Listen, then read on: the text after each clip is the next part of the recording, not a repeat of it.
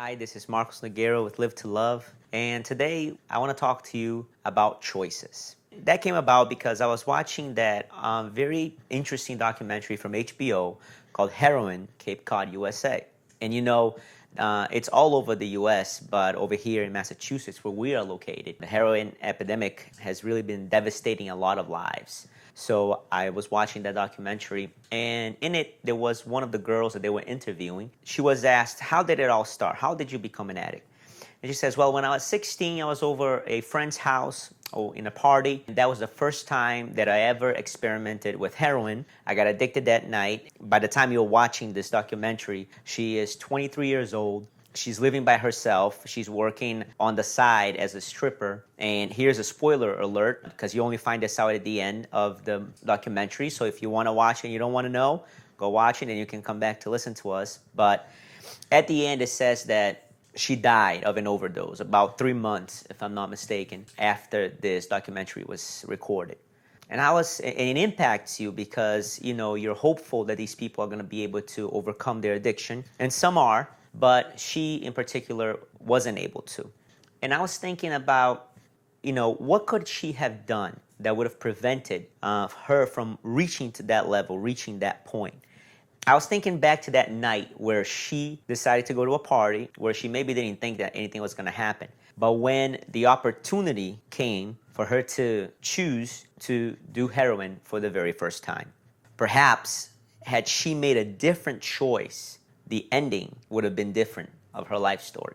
And that's why I want to talk to you about choices. Choices, if you think about it, we think on our daily lives about choices and we think, oh, this is just something that comes by.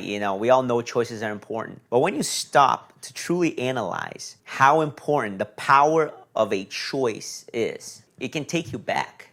I was looking at the Bible and I was thinking, I'm going to talk about choices and what can I use to illustrate how important that is? And one of my two favorite characters of the Bible is David. He was a king of Israel, very well known for defeating Goliath, although there's a lot more to David's life, and I encourage you to read about it because it's amazing. And Samson. Samson is not as well known, but is also well known, at least in the Christian community, because his power, his talent was strength. He had supernatural strength. So what happens is both David and Samson were men who had a calling up from God at a young age. They were talented.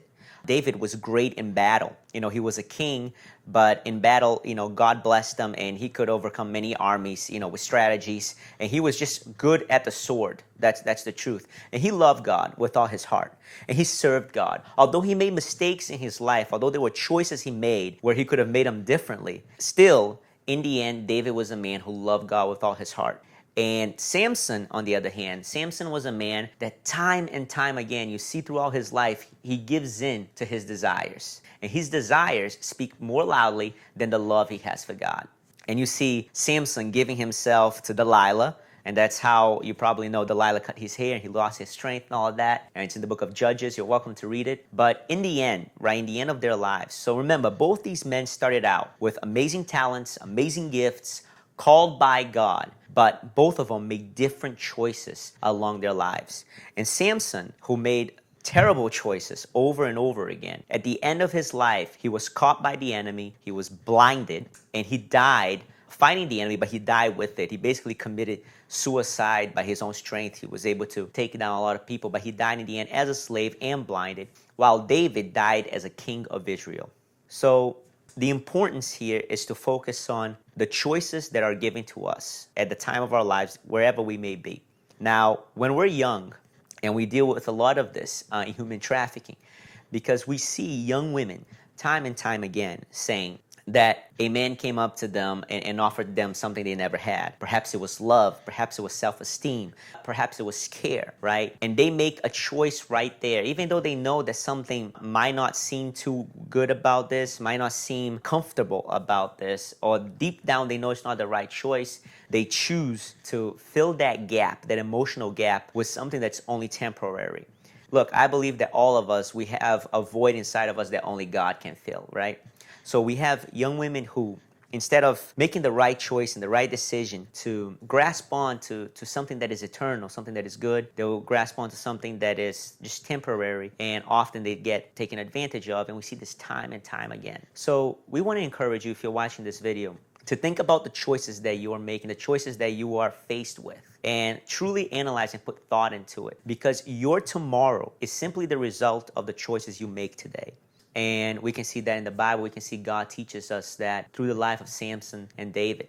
And we want to encourage everyone to make good, godly choices. They're not always the easy ones to make, but in the end, our tomorrow, by making the right decision today, you will never have to find yourself in the future asking, how did it get to this? How did it get this bad? Why did I let it get to this point? A lot of people, they ask themselves. I remember that one of the testimonies of a prostitute. She said that after her first sexual encounter, with a client, she looked herself in the mirror and said, "How did it get to this?" She herself could see that it was choices that we make. So we want to encourage you to make good choices. Think about what's that going to be a few years from now, and I hope you have a great week.